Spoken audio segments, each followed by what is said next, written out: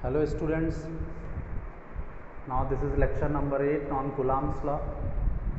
In this lecture we are going to understand the application of Coulomb's law for continuous distribution of charges. ये topic कई मायने में बहुत important है।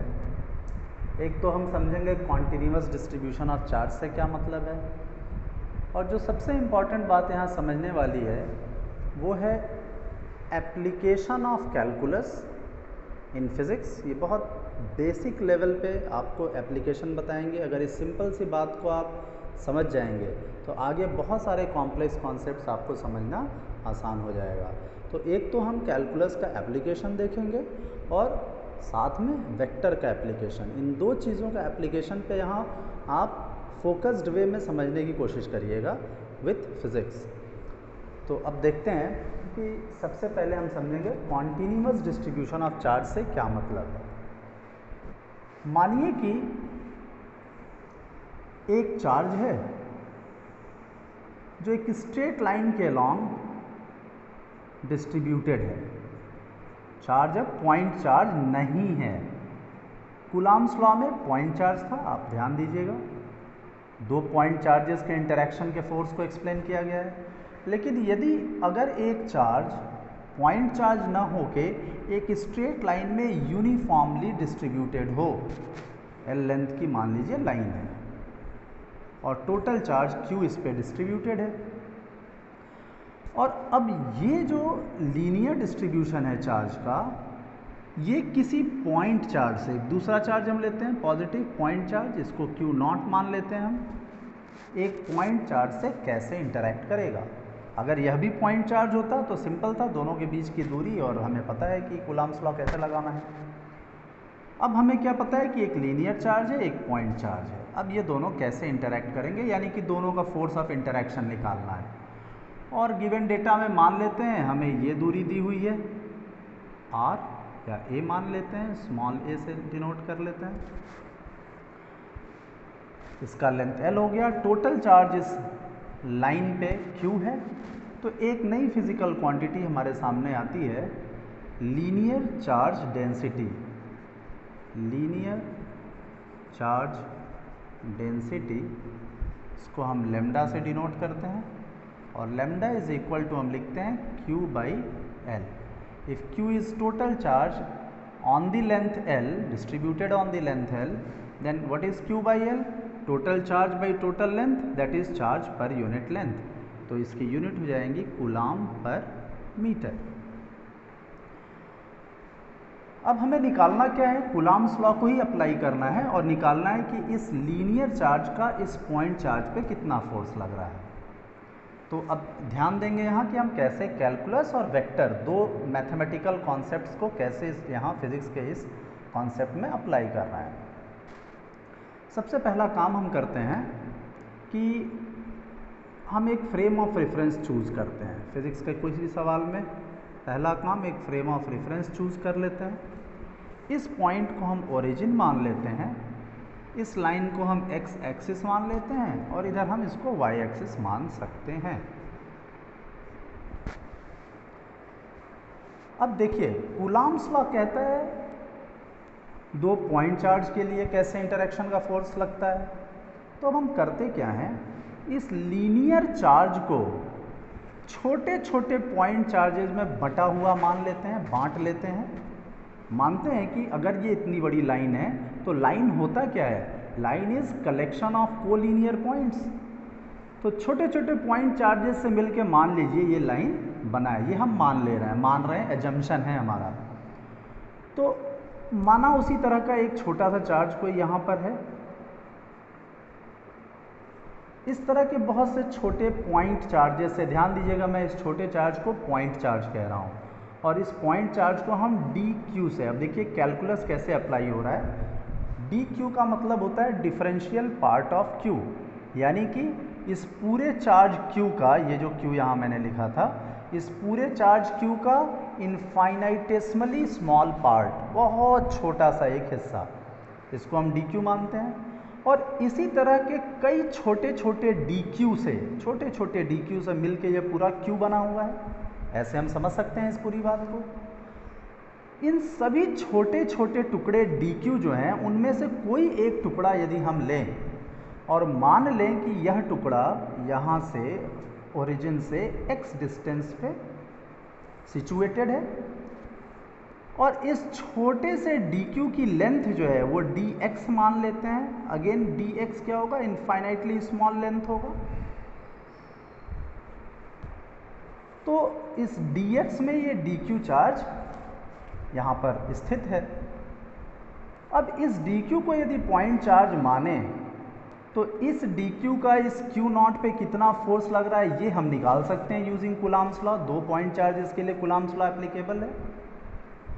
और जितने भी dq छोटे छोटे जिनसे मिलके ये बना है उन सभी dq की पोजीशन यहाँ से अलग होगी, q0 से दूरी अलग होगी हर dq की। तो सभी dq की वजह से अगर हम फोर्स Q0 पे निकाल लें और उनको सम कर दें तो इस पूरे लीनियर चार्ज की वजह से हमें Q0 पे फोर्स निकल जाएगा हमारा। ठीक है, तो उन सभी dq की वजह से जो Q0 पे फोर्स लग रहा है उस फोर्स को निकालने का और उस फोर्स को जोड़ने का तरीका क्या होगा वो हम कैलकुलस में उसे हम इंटीग्रेशन कहते हैं। टू सम अप, जोड़ना, इंटीग्रेट करना माने जोड़ना, समेशन।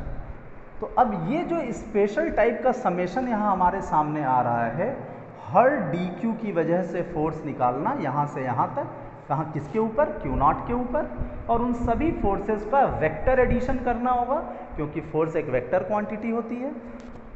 तो दो कॉन्सेप्ट यहाँ अप्लाई होंगे। एक तो सभी dq's के वजह से जो फोर्स यहाँ लग रहा है, फोर्स वेक्टर लग रहा है, उन सभी फोर्स वेक्टर्स को जोड़ना।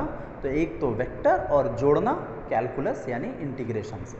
ये दो बातों को पूरे डिस्कशन में हम ध्यान देंगे। तो कैसे अप्लाई करते हैं देखिए। अब dq से Q0 की दूरी क्या है आप देख सकते हैं, यहाँ से इसकी दूरी क्या है। देखिए यहाँ से यहाँ तक की दूरी L है, लेंथ ऑफ द लाइन, और यहाँ से यहाँ की दूरी A है। L प्लस A इस पॉइंट से इसकी दूरी है। तो L प्लस A में x को माइनस कर दें तो dq की दूरी Q0 से मिल जाएगी। तो इसको हम लिख सकते हैं L plus A minus x, distance मिल गया। अब हम क्या करते हैं, dq की वजह से Q0 पे जो फोर्स लगेगा वो किधर लगेगा, रिपल्सिव फोर्स है, इधर लगेगा। पॉजिटिव पॉजिटिव चार्ज, ये भी पॉजिटिव चार्ज है पॉइंट चार्ज, और ये भी पॉइंट चार्ज पॉजिटिव है। इस फोर्स को हम dF कहेंगे। अगेन dF क्यों, क्योंकि जो सभी dq का फोर्स जोड़ेंगे तो नेट फोर्स F मिलेगा हमें। उस टोटल फोर्स का ये छोटा सा हिस्सा है, क्योंकि इस टोटल चार्ज q का हम एक छोटा सा हिस्सा ले रहे हैं dq, और उसकी वजह से Q0 पे फोर्स लिख रहे हैं। तो इस फोर्स को जाहिर सी बात है हम dF से डिनोट करेंगे, इनफाइनाइटली स्मॉल फोर्स। और इस dF के लिए अब हम एक्सप्रेशन लिखेंगे इसके मैग्नीट्यूड के लिए यूजिंग कूलम्ब्स लॉ। तो यहाँ हम लिखेंगे अकॉर्डिंग टू कूलम्ब्स लॉ।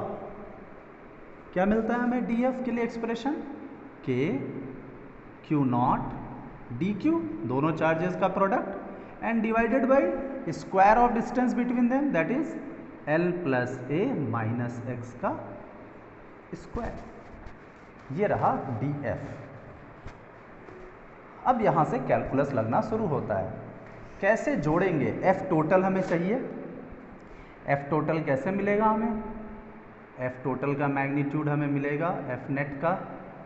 इसको इंटीग्रेट करें बाय इंटीग्रेटिंग dF को इंटीग्रेट करके, और dF को इंटीग्रेट करने के लिए हमें क्या करना होगा, K Q0 दोनों कांस्टेंट हैं, इंटीग्रेशन के बाहर रहेंगे, dq divided by L plus A minus x का होल स्क्वायर।